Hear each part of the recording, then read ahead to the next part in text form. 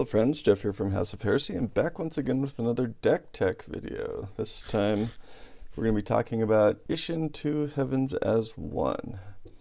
So in these videos we go over some of my different commander decks that I've made over the years, or in the last couple of years at least. Kind of talking about what I put in them, and yeah, just kind of giving a general overview. As always, I'm by no means an expert. I definitely do not make the perfect decks, most high powerful or least powerful or whatever decks. So if they look cool, I try to put them in there.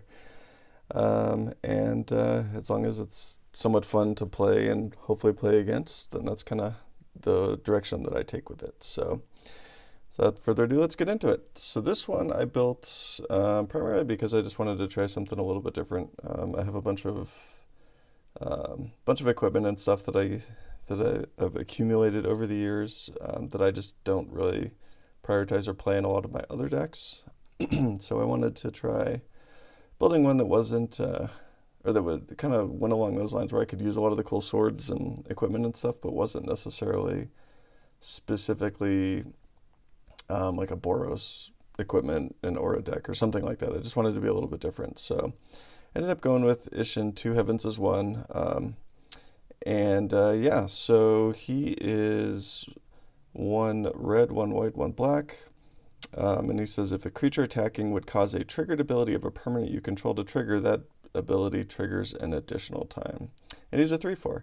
So nice stats to begin with. 3 mana, 3/4 is pretty good. And then he wants your board to be attacking, or he wants cards that will pay off on attack triggers, or as attack triggers instead of on damage triggers. So I thought that'd be kind of a fun way to go. And then in addition to that, I would say it's a pretty soft samurai tribal. I didn't really focus on like going after the tribal aspect of it, so I don't have a lot of payoff cards for running a tribe. But it just so happens that in Kamigawa, a lot of the samurai really pay off with this ability. So, all right. So first deck here. These are the attack trigger cards. These are all the cards in the deck that specifically will give you some sort of benefit on the attack, which will then trigger Isshin, letting you get double benefit. So first one we got Ryu Storm's Edge, and I almost built the deck around him. Except that I like the fact that Isshin gives us that third color, gives us black. So otherwise Ryu would be probably my top choice for running this style of deck. So he's a 4 mana, 3/3 with first strike. Whenever a samurai or warrior you control attacks alone, untap it. If that's the first combat phase of this turn, there is an additional combat phase after this turn. So I would say a good probably third to half of the attack trigger cards want a samurai or creature attacking alone, basically. So in that sense, it's almost a Voltron style deck, because you really want to kind of buff up those individual creatures that are going in and getting all the benefits, and getting an extra attack or combat phase is pretty good. All right, so there's him. Then we got Imperial Subduers. This is another one of the samurais. Whenever a samurai or warrior you control attacks alone, tap target creature you don't control. So this can help that singular attacker get through if your opponents have a body in the way. Ashari Captain. It's got haste, and whenever a samurai or warrior you control attacks alone, it gets +1/+0 until end of turn for each samurai or warrior you control. So there's kind of one of the payoffs for those samurai/warrior cards. He does cost 5 mana. But he's got okay stats, like 4/3 for 5 mana is not great, but the haste and then getting the bonuses there is pretty nice. Selfless Samurai. Whenever a samurai or warrior you control attacks alone, it gains lifelink until end of turn. And sacrifice Selfless Samurai, another target creature you control gains indestructible until end of turn. So getting lifelink, like doubling lifelink, doesn't mean anything, but just so this one's not going to really get any sort of payoff from Isshin, but the indestructible part's pretty nice. It's a good utility card. Aki Ronin. Whenever samurai or warrior you control attacks alone, you may discard a card. If you do draw a card, so you could essentially discard 2 to draw 2, which is pretty nice. For only 2 mana and a 1/3, it's actually a pretty good card, I think. Even just having the 1/3 body on this board turn 1 or 2. Ganjo Exemplar is also a human samurai. It's a 2/1, and whenever a warrior or samurai you control attacks alone, it gets +1/+1 until end of turn. So with Isshin out, they would get +2/+2, which is not bad. We got Heiko Yamazaki, the general. She's got trample, and whenever a samurai or warrior you control attacks alone, you may cast target artifact card from your graveyard this turn. So that's nice recursion there, because we have a lot of artifacts in this deck, so being able to get those back. People like to blow up the swords. Alright, and we got Norika Yamazaki the poet. She's got vigilance. Whenever a samurai or warrior you control attacks alone, you may cast target enchantment card from your graveyard this turn. So she's the other half to this. And you'll see, or for those that don't remember, in Kamigawa there was a lot of cards that would give you a benefit if you have an artifact, or a benefit if you have, and or a benefit if you have an enchantment. So this is kind of falling in that line where they like rewarding you for having both. Alright, Peerless Samurai. It's got Menace. Whenever a samurai or warrior you control attacks alone, the next spell you cast this turn costs 1 less to cast. So, getting to get a 2-mana discount on the card to cast is pretty good. Alright, he is not a samurai, but he is a warrior. Wyleth, Soul of Steel. This is from one of the Precon Commander decks from Commander Legends, the original. He's got trample, and whenever he attacks, draw a card for each aura and equipment attached to him. So he's definitely a Voltron style guy out there, and since he's a warrior, he'll trigger most of the other Kamigawa cards there. Alright, so this is one of those equipment creatures. So when you cast him originally, he comes in as a 2/2, and then you can pay to reconfigure him, which will let you attach just like an equipment. And then when he's attached, you could pay to unequip him, and then he becomes a creature again. So whenever Chainfall Centipede or equipped creature attacks, it gets +2/+0 until end of turn. So with Isshin, that'd be +4/+0, which is pretty solid. Iron Soul Enforcer. Whenever Iron Soul Enforcer or a commander you control attacks alone, return target artifact card from your graveyard to the battlefield. So more recursion, pretty solid. It's a good chance that he'll be attacking because he's the 4/4, so he's one of the stronger statted creatures in the deck here. Alright, so those are the creatures that benefit from attacks. Now we're getting into some other cards that give you attack triggers. So classic here, Sword of the Animist.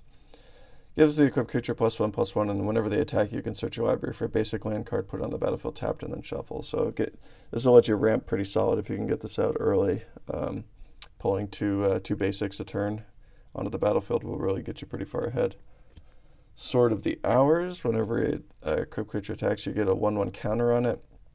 And then whenever it deals combat damage, roll a d12. If the result is greater than the damage dealt, or the result is 12, double the number of 1/1 counters on it. So just getting the +1/+1 counter is pretty nice, and then there's a potential high payoff there if you roll well with a d12. We got the Argentum Armor. Equipped creature gets +6/+6, and whenever it attacks, destroy target permanent. So this one's really pricey. Basically 12 mana to get this on a creature, but it's got some pretty solid stats there. +6/+6, and then you get to blow up potentially 2 things. I think it's worth having in the deck, even though it's unlikely it'll actually get used a lot of games. We got the Ancestral Katana. Whenever a samurai or warrior you control attacks alone, you can pay 1 when you do attach the katana to it. So this isn't necessarily a payoff, but it does get to put it onto a creature on the attack there. So obviously this doesn't really matter with Isshin as far as doubling the trigger there, because you can only attach it to 1 creature. So you would basically just be paying 2 to attach it to 1 creature, and then attaching it to a second creature. So not that great, but it's still it synergizes well with the deck. Explorer's Scope. Whenever a equipped creature attacks, look at the top card of your library. If it's a land card, put it into the battlefield tapped. So if it is a land card, that's nice because you get to look at the top, put the land into the battlefield, and then look at the next card. If it's not, then it doesn't really do much. But for essentially 2 mana to get this effect, 1 to cast it, 1 to equip it, it's really kind of a no-brainer just to throw it in there. Reaper Talisman. Obviously, you don't really care if you get double death touch on a creature. However, if it is attacking alone, which a lot of the deck wants you to, you would gain 4 life and defending player would lose 4 life. So pretty solid, I think. Then we got Tempered in Solitude, which is an enchantment. Whenever a creature you control attacks alone, exile the top card of your library. You may play that card this turn. So you could exile 2, play 2, which is pretty nice because there's not a ton of card draw in this deck. So this is one of those ways that if you're able to take advantage of some of the ramp effects, then you might actually be able to play some of this, more cards in a turn than you otherwise would. And then last but not least, in this stack here, we got Fighter Class, which came out of AFR. So when it ETBs, you can search your library for an equipment card, reveal it, put it in your hand, then shuffle. So 2 mana tutors, always nice. And then level 2, so the way these work is they come in for the base cost, and then you can pay the, in this case, 3 mana, and then you get this effect, and then you can pay the 5 mana and get this effect, but you have to do it sequentially. So you essentially have to pay 8 mana or 10 mana to get the full effect of this card. So for the level 2 equip abilities, you activate cost 2 less to activate, which is really nice because there's a lot of equipment in this deck. And then level 3, whenever a creature you control attacks, up to 1 target creature blocks it this combat if able. So with that double trigger there, you could potentially force multiple valuable creatures to get destroyed. Okay, so that's it for the primarily focusing on the attack triggers part of the deck here. So the next one is going to be focused mostly just on gaining and then on the actual equipment themselves. So first is a classic Stoneforge Mystic. So when she ETBs, you can search your library for an equipment card, reveal it, put it into your hand. So it's a nice 2 mana tutor. Then you can pay 2 and tap her to put equipment card from your hand onto the battlefield. So getting like that 6 cost Argentum Armor in your hand with her, you could just then pay 2 to put it onto the battlefield. And then with Pure Steel Paladin potentially on the battlefield, 1, you get card draw, which is great because we have lots of equipment in this deck. And then 2, as long as you have 3 or more artifacts, that equipment costs 0. So you could pay 2 to put Argentum Armor on the battlefield and then pay 0 to equip it. And suddenly that 12 cost got dropped by quite a bit. So definitely a solid card in this deck. Sigardia's Aid, another good one. You can cast aura and equipment spells as though they had flash. And whenever they ETB, you may attach it to target creature you control, so you can hold a bunch of equipment. Or auras. I only have a couple auras in this deck, but you could hold a bunch of equipment in your hand, and then when you're getting ready to attack or block, start flashing them in once those attackers and blockers are declared. Alright, so then we got Blade of the Oni, which is technically a creature, but I put it in here because it's an equipment creature. So it's a 3/1 with Menace, but when you equip it, when you reconfigure it and equip it to another creature, they get base power and toughness 5/5 with Menace and being a black demon, which really that part doesn't change anything, but a 5/5 with Menace is really strong. We got Lizard Blades, so it's got double strike as a 1/1, or you can reconfigure it to give your creature double strike, which becomes really good when you are having like a Voltron style creature. Very strong, especially if Isshin is that Voltron style creature, then you're essentially just wailing on people for lots of commander damage. Got the Lion Sash, so you can pay 1 to exile a target card from a graveyard, which is already quite good. Because that can really chew through people's graveyards, and it's repeatable. So if you have a bunch of white mana open, you can just really be devastating to people that are trying to recur or play shenanigans with their graveyard. And if it's a permanent card, you can put a 1/1 counter on Lion Sash, and then an equipped creature gets 1/1 for each, +1/+1 for each 1/1 counter on Lion Sash. So as a creature itself, it gets the 1/1s, and then if you reconfigure it, then it's essentially giving the creature +1/+1 for each of those counters. So the creature itself that it's equipped to does not get the counters, does not have that many +1/+1 counters, but it does get the stat increase. And then you got the Cloudsteel Kieran. This is kind of a nice one just in case things are going south for you. It's a 2/3 flyer, which is also good. Or I'm sorry, it's a 3/2 flyer. And then equip creature, if you do reconfigure it, has flying and you can't lose the game and your opponents can't win the game. So it can be quite strong to keep you out of trouble and make sure that you're the one that comes out on top. Then we get into the just general equipment. So I'm not going to read through most of these because I think everyone's pretty familiar with a lot of these swords. So Sword of Feast and Famine is a great card. Does lots of fun stuff. Sword of Fire and Ice, same thing. Just really solid to have in the deck. Sword of War and Peace. I do not have all 5 of the Double Masters swords in here for some reason. I don't know what I did with the other 2, but they're not in here. We got Sword of Hearth and Home. This one came out of Modern Horizons 2. Very similar in the vein to the other swords. Gives you the +2/+2 and protection from 2 colors. And then this one lets you blink a creature and then search a library for basic land card. So unfortunately, these the one thing to say about all these swords is that their triggers are based on combat damage, not on attack. So you do not get double effects from any of these with Isshin. I would love for that to be the case. That's originally what I was kind of thinking when I first was like conceptualizing this deck, and then I quickly realized that was not in fact true. But I still built the deck anyways because it's actually a lot of fun. Then we got Sword of Sinew and Steel. This one came out of Modern Horizons 1, although the time shifted, I believe, was Modern Horizons 2.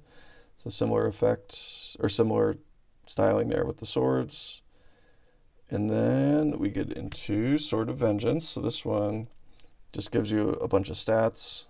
So for 6 mana, essentially, give them extra power, and then First Strike, Vigilance, Trample, and Haste. Blackblade Reforged is just great, especially if you start pumping out lands with the Sword of the Animus there. You're giving your equipped creature +1/+1 for each land you control. Just really strong card, especially if you can get it on a legendary. Very much not as great if you have to pay 7 to equip it to something else. Cauldron Complete. This is a living weapon, so when it ETBs, it's attached to a 0/0 Phyrexian Germ, but it's just a really, really strong card to come out of Modern Horizons 2. So it's got Indestructible, and then Equip Creature, so originally the Germ, or you can pay to equip it or get it equipped to another creature. And then they get 5/5, First Strike, Trample, Indestructible, Haste, and whenever they deal combat damage to a creature, exile that creature. So it's just a really strong card. And it is an equipment, so it is tutorable for all those cards that care about that.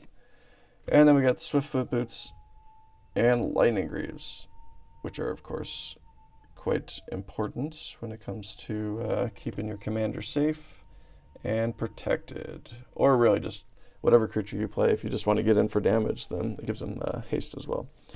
Okay, so next stack. This is more just good utility cards. So we got the Wandering Emperor, the only planeswalker in the deck. She's just really strong, and she's a fun card. And I built this deck fairly soon after Kamigawa, so it was just a kind of a no-brainer to throw it in there. So she's got Flash, so when she ETBs, you can use her loyalty abilities anytime you can cast an instant. So for the turn that she comes in, you can flash her in and then immediately use her abilities. So she could give +1/+1 on a target creature and against First Strike until the end of the turn. She can put a 2/2 Samurai out there with Vigilance, which is good, or you can exile target tapped creature and you gain 2 life, which this one's kind of the most common one to see. Somebody swings in, you don't have any blockers, you flash her in and you exile it when they tap to attack. Alright, then we got just some, like I said, just some utility cards. So we got the Sunblade Samurai. It is a Samurai, so it does benefit from some of those cards that care about that. It's got Vigilance, or you can channel it, so you just pay 2 for the ability.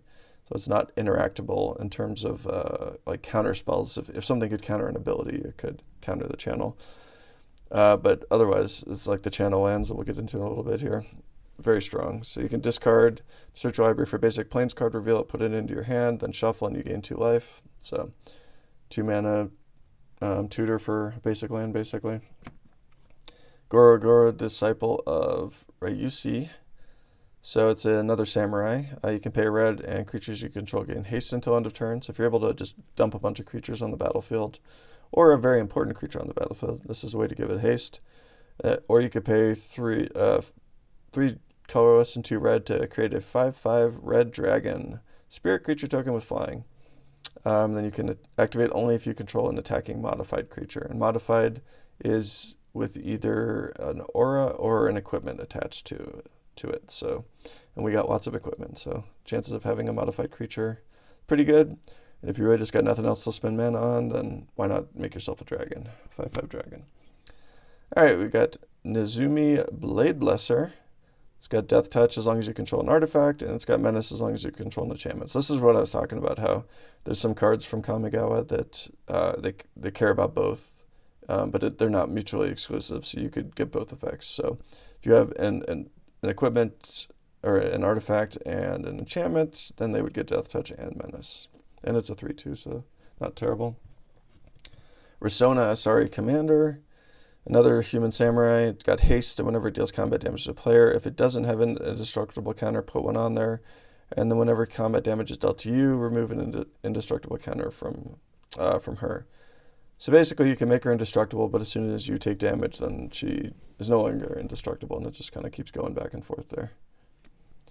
And then, of course, even though it is not a warrior or a samurai, you can't say no to Esper Buddy. So just a good utility card. If you're playing white, it's almost always good to put it in there.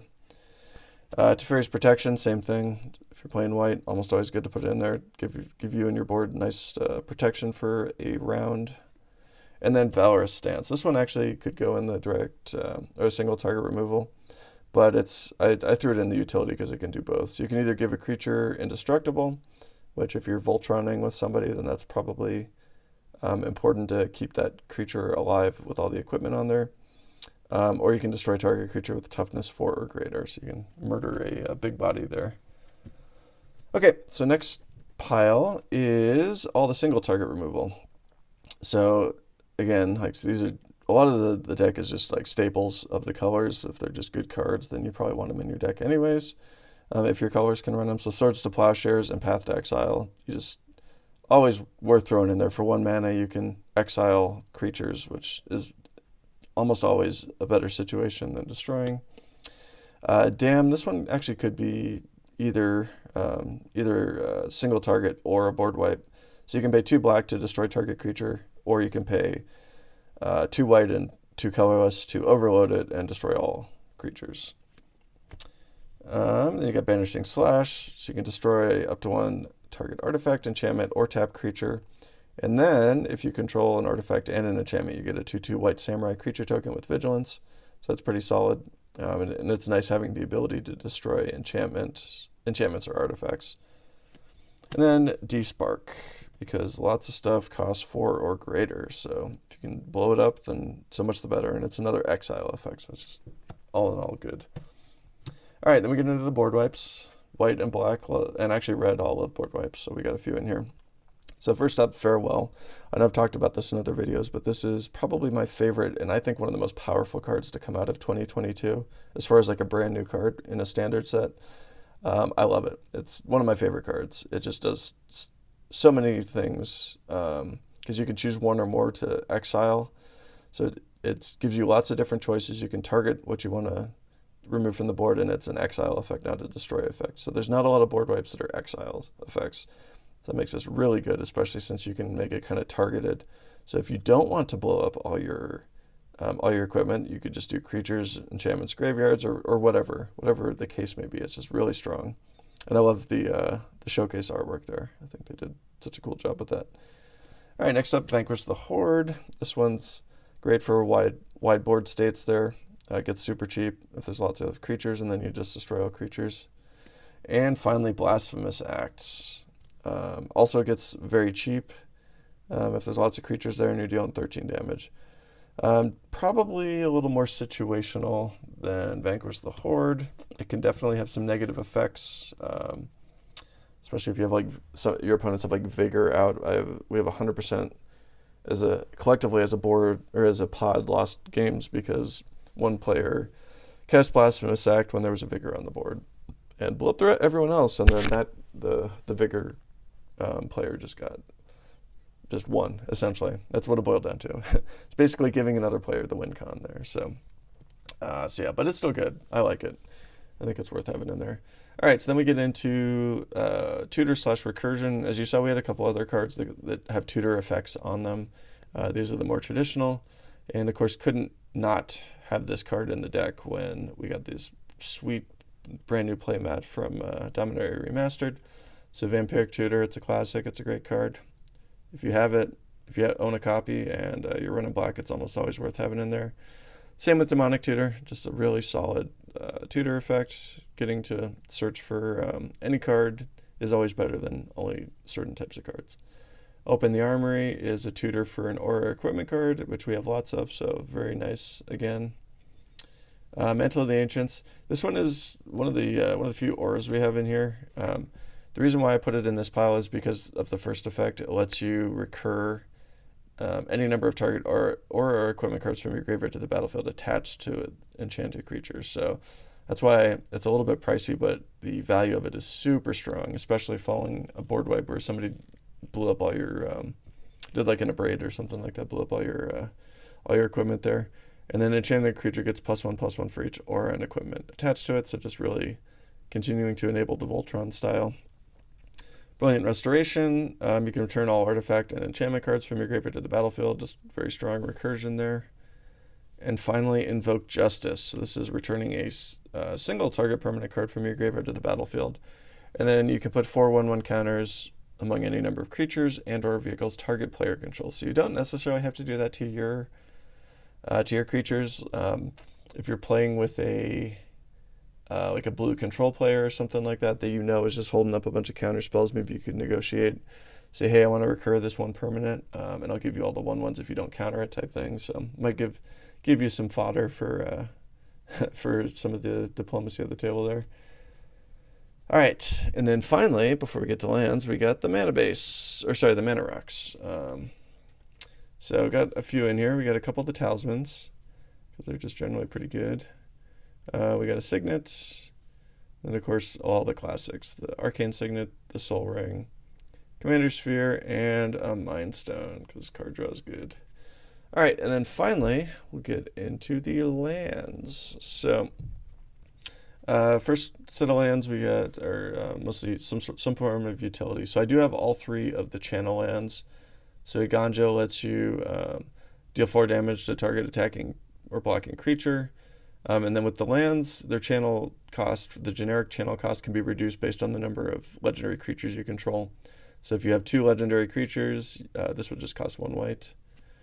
Sokazan lets you create 2 1/1 colorless spirit tokens, and then they have haste until end of turn. So same thing. If you have up to 3 legendary creatures, you can reduce that down to 1 red. And then Takenuma Abandoned Mire. So this is another recursion card. You can discard it or channel it to mill 3 cards and then return a creature or planeswalker from your graveyard to your hand, and then it gets that same cost reduction there. All right, then we just got some general utility cards. So Roadside Reliquary, you can sack it to draw a card for an artifact and for an enchantment. So this is another one of those cards that cares about having both. And then you can also tap it for colorless. All right, and then Buried Ruin lets you sack it to return a target artifact card from your graveyard to your hand, so lots of recursion here, which is nice. Secluded Courtyard, this is like the one tribal effect that I have, or tribal payoff card. So when it ETBs, you choose a creature type. I would say most of the time I choose Samurai. If Wyleft's out, or if I want to cast him, I mean, I guess you could choose Warrior, but that's kind of limiting. I think I would almost always choose Samurai, even if that was a consideration. Unless I just really I'm not too worried about the mana. But basically, it's kind of like Cavernous Souls, where you can just tap it for a color based on the creature type. But this one, the one benefit to this one is you can also use it to activate an ability of a creature or creature card of the chosen type. I don't have too many activated abilities in this deck, so that's probably not super relevant, but all in all, still just a good card. It's worth putting in there. Then you got the X-Guard Armory. So it does come into play tapped, and it taps for a white, but you can pay 1, 2 red and a white to sack it, to search your library for an aura and or enchantment card reveal and put them into your hand and then shuffle your library. So it's a nice way to tutor for 2, up to 2 cards. And we got some of our fetch lands. So we got Marsh Flats, Arid Mesa, and then of course fetching for basics. You got Terramorphic and Evolving Wilds, and then just getting into mostly just mana based cards. So the one Triome we can put in here, and you got Sacred Foundry, you got and Blood Crypt, which are both of the shock lands, and then you got a couple crowd lands here, Luxury Suite and Spectator Seating. And then we got the slow lands, Sundown Pass, Shattered Sanctum, and Haunted Ridge. And then, of course, Command Tower, always worth putting in if you have 2 or more colors in your commander.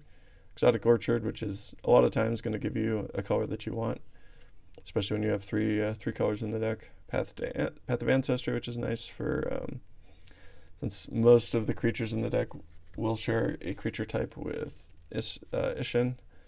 So it lets you scry. Thriving Heath. It's a tap land. I probably didn't need to put it in here. In fact, I probably could take it out, but I put it in here when I built the deck. It's not terrible. It's you can tap for white or whatever the color is. If I'm short on red or black, so it is what it is. It's not the greatest card. You could definitely put in something else like Reflecting Pool or something like that. And then you got a couple pathways. And finally, the basics. I run more white than anything else because that's the most predominant color in the deck. So I got 4 plains, 2 swamps, and 2 mountains. All right. Well, I hope everyone enjoyed that. This is definitely a fun deck to play. I would not call it a power deck. This is definitely one. If people are playing less powerful cards, there's a lot of really good cards in this deck, but it's not. It's not gonna. I would rate this like a solid 7.5 to 8, just because it can be really easy to interact with a single attacking creature. So you have the potential to go really high side with it and just murder people one shot with commander damage, but you also have to build your board state to get to that point. So it's not a surprise. It's not like a combo that's just going to pop off and nobody can do anything about it. It takes time to build this board state up, and everyone sees it coming. So most pods can deal with this, especially if you're just talking like single target removal as one creature's attacking to get the payoffs there. So yeah, it's fun. It's definitely one of my mid-range power level decks that I'm happy to bring out to pods of differing levels of experience and power in their decks.